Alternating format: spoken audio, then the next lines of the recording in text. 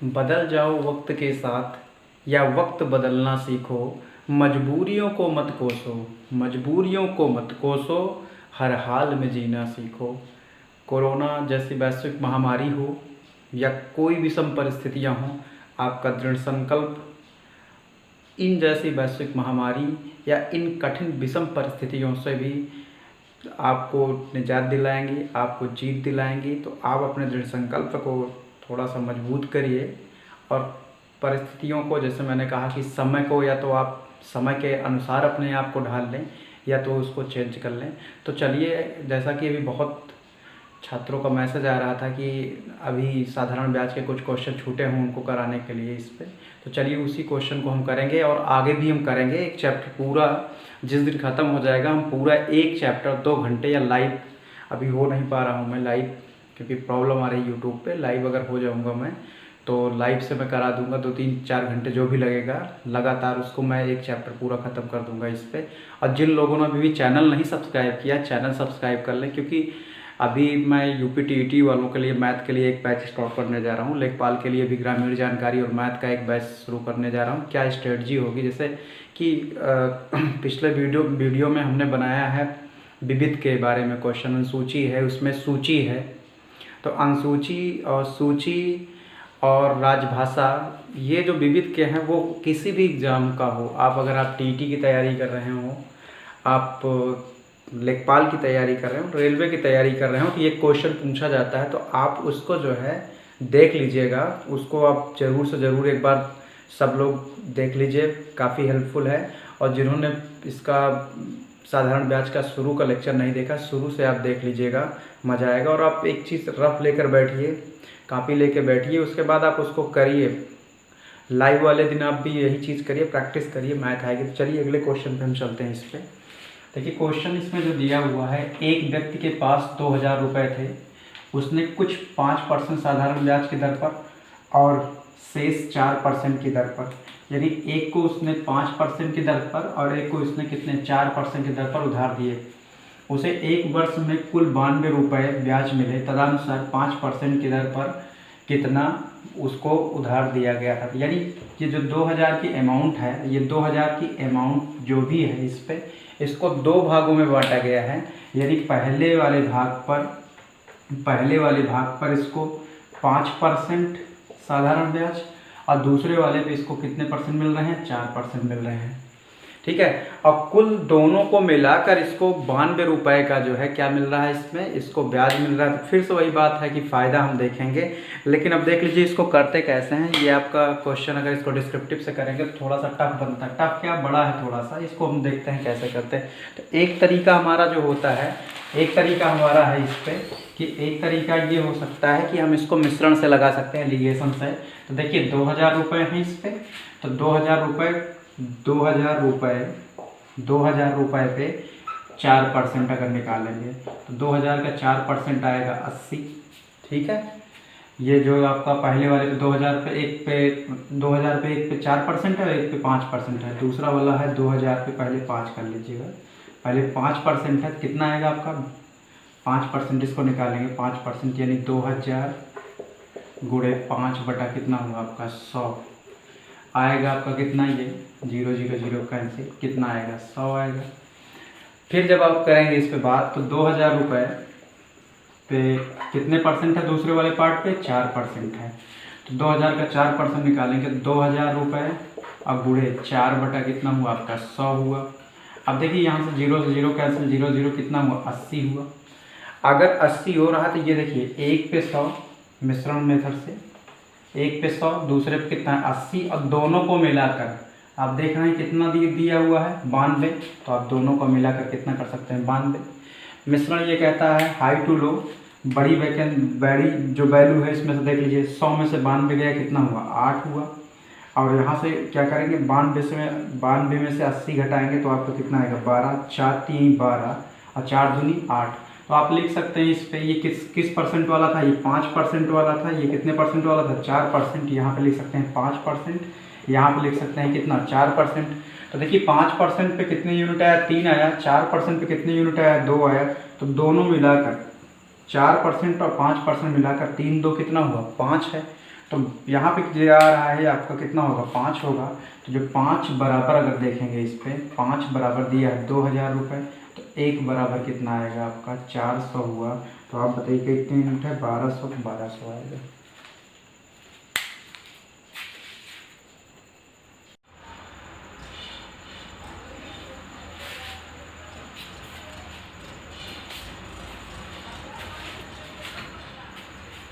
चलिए यहाँ पे 1 यूनिट इक्वल टू कितना था आपका 400 आया था। तो यहाँ पे कितनी यूनिट आई थी, यहाँ पे जो 5%, क्योंकि पूछा है सवाल में हमसे 5% वाला, 5% पे कितनी यूनिट है, 3 है।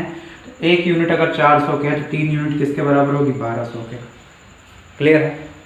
एक मेथड ये हो गया हमारा कि अगर हम मिश्रण से करते हैं इस पर, फिर से समझ लीजिए कि 5% हमें फ़ायदा कितना भाई 2000 रुपये है। अगर मैं मान लीजिए 5% पे दिया होता तो मुझे 100 रुपये मिलता, 4% पे दिया होता तो मुझे कितना मिलता, 80 मिलता। और दोनों को मिलाकर मिल कितना रहा है, 92 मिल रहा है। अगर 92 मिल रहा है तो आप यहाँ से मिश्रण लगा लीजिएगा। यहाँ से आप करेंगे 100, 80, 92, हल कर लीजिए इसको। तो 3 अनुपात कितना आया, 2। तो 3 यूनिट किसका है, 5% का। 4 यूनिट किसका है, 2% का। सॉरी 4% पे कितनी यूनिट है, 2 है। तो कुल मिलाकर 3 और 2 कितना, 5 बराबर कुल दिया है कितना, 2000 रुपये। तो 1 बराबर कितना, 400। एक तरीका तो ये हुआ। दूसरा तरीका क्या होता है, इसको आप थोड़ा सा समझ लीजिए। दूसरा तरीका आप थोड़ा समझिए। दूसरा तरीका क्या होता है कि अगर मैं इसी को समझ लूँ कि सब 5% पे, यानी जितना भी ब्याज मिल रहा है, यानी ये जो 92 रुपये मिल रहा है सब किसके कारण मिल रहा है, 5% के कारण। ठीक है। इसमें अब क्या है कि अगर 5% के कारण ही 92 है, अगर ये कहता कि अगर सब ब्याज 4% पे मिला होता, बात समझिएगा। मैं मान ले रहा हूँ कि जो भी मिला है इस पे, जो भी ब्याज मिला है वो किस पे मिला, 5% कारण। अगर ये 4% के कारण मिला होता तो साइड में आप इसको लिख सकते हैं इसको, कि अगर 4% पे मिला होता है, यानी 2000 रुपये पर अगर सब पे ब्याज जो मिलता 4% मिलता, तो बताइए कितना मिलता, 80 रुपये मिलता। क्लियर है बात। आप 80 रुपये लिख दीजिए।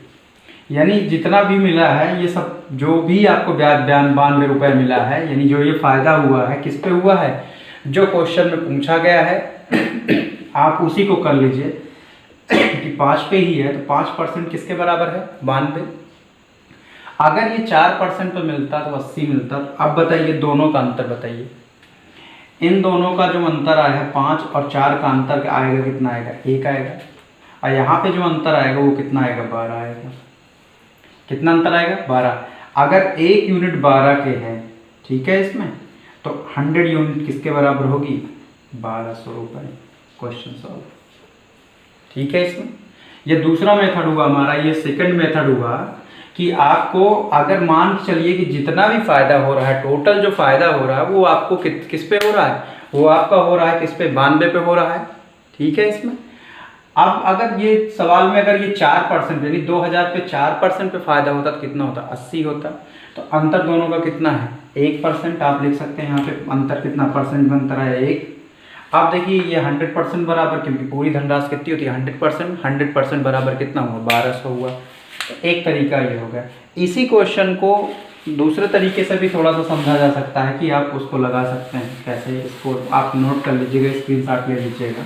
2 मेथड हो गए आपके। तीसरा मेथड आप देख लीजिएगा इस पे। तीसरा मेथड देखिए, एक 4% है और दूसरा कितना है, 5% है। दिक्कत कहाँ पे आ रही है, दिक्कत अगर रेट दोनों का अगर एक ही होता, अगर दोनों का रेट एक ही होता तो दिक्कत नहीं थी। अब मान चलिए इसको मैं कर ले रहा हूँ 4%, इसको मैं लिख दे रहा हूँ 4% और प्लस 1%, कोई दिक्कत। अगर 2000 रुपये होता, 2000 रुपये पर अगर 4% दोनों का होता तो भाई आपका ब्याज बराबर आता। अब देखिए अगर 4% होता 2000 रुपये का, 2000 पर 4% होता तो 2000 पे 4% आप निकाल लीजिए। 2000 पे 4% आपका कितना आएगा, 80 रुपये आएगा। 20 चौक 80, यानी इसको फायदा मिलता कितना, 80। अगर 2000 रुपये पे 4% होता तो कितना मिलता, 80। लेकिन ऐसा है नहीं, मिला कितना है, 92। अब यहाँ से एक क्वेश्चन ये उठ रहा है कि 92 रुपये मेरे अकॉर्डिंग अगर 4% होता तो 80 आ रहा है, ये 92 मिल रहा है, यानी 12 रुपये आपको ज़्यादा मिल रहा है। वो 12 रुपये ज़्यादा इसलिए मिल रहा है कि इसका जो रेट है 5% वाले में 1% क्या है, ज़्यादा है। यानी इस 1% के ज़्यादा होने के कारण ये चीज़ें 80 से कितना मिल रही हैं, इसको 92 मिल रही हैं। यानी 80 ना मिलकर 92 मिल रहा है। तो यहाँ से देखिए कितना ज़्यादा है, ये 12 ज़्यादा है। कितना ज़्यादा है, 12, और ये 12 ज़्यादा है तो यहाँ पे रेट कितना ज़्यादा है, 1%। तो 1% किसके बराबर होगा, 12 का। तो 100% किसके बराबर होगा, 1200 पे। तो आप इसको भी इस तरह से कर सकते हैं। तो ये आपका जो टाइप था ये काफ़ी डिफ़िकल्ट टाइप माना जाता है, लेकिन आप इसको कर लीजिएगा अच्छे से। चलिए हम चलते हैं अगले वाले क्वेश्चन पे।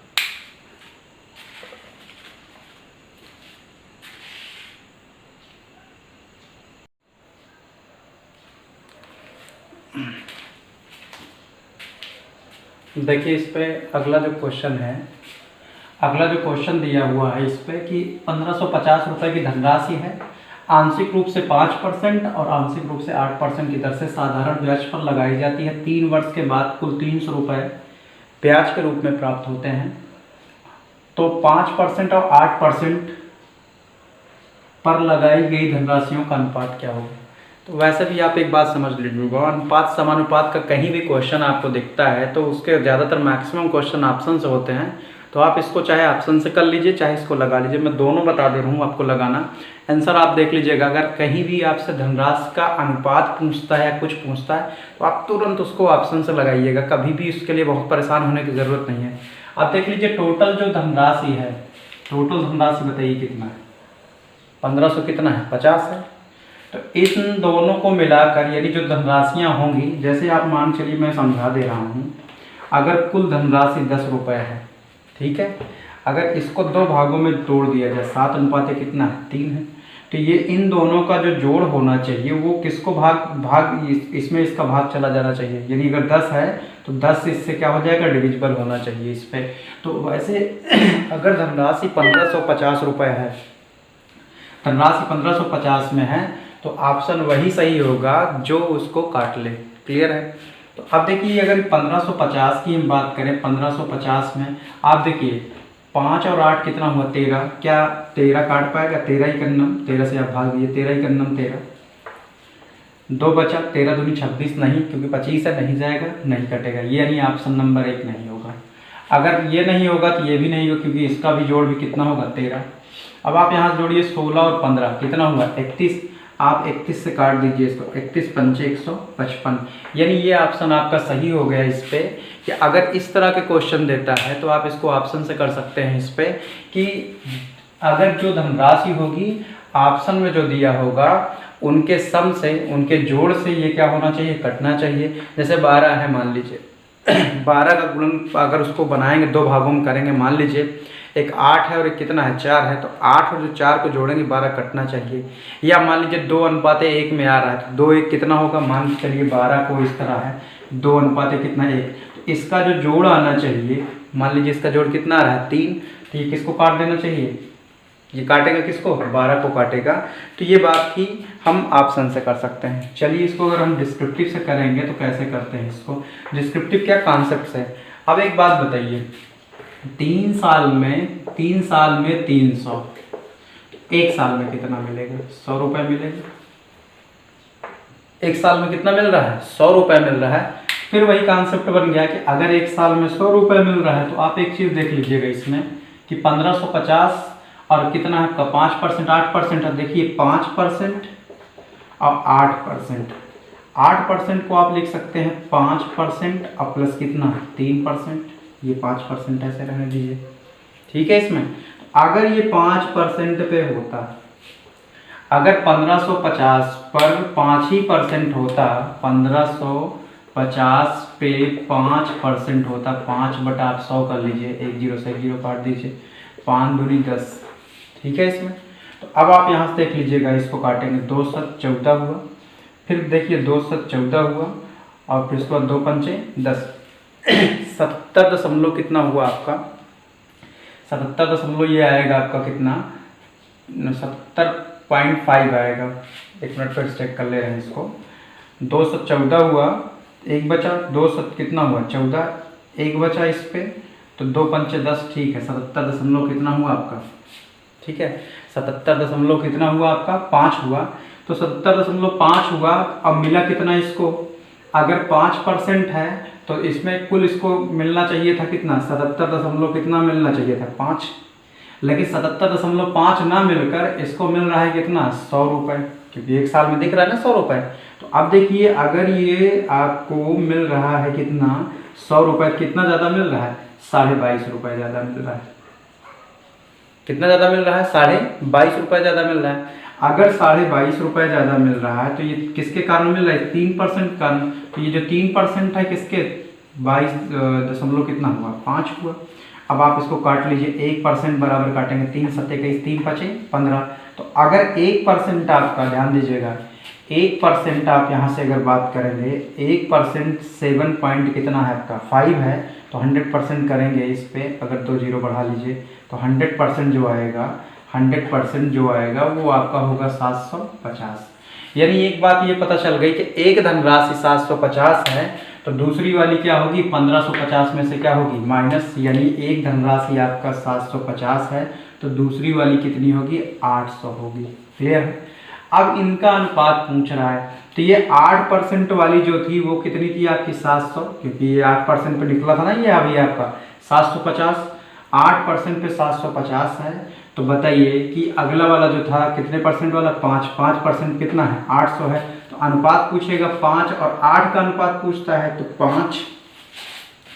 5% और 8% का अनुपात देखिए, तो 5% वाले कितना है 800 रुपये है, और 8% पे कितना है 750 है, 0 से 0 काट लीजिए, 16 पंचे 80, और यहाँ से कितना हो जाएगा 15 पचे 75। तो 16 अनुपाते कितना आया 15 आया।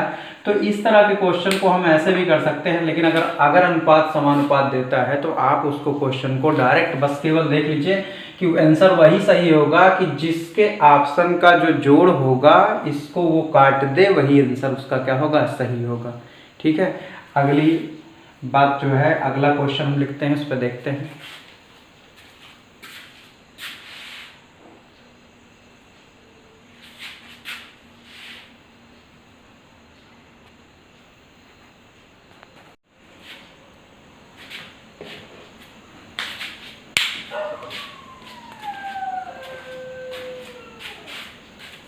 इस वाले क्वेश्चन में दिया है कि ए ने बी को 2500 रुपये तथा उसी समय सी को कुछ राशि 7% वार्षिक साधारण ब्याज की दर से उधार दी।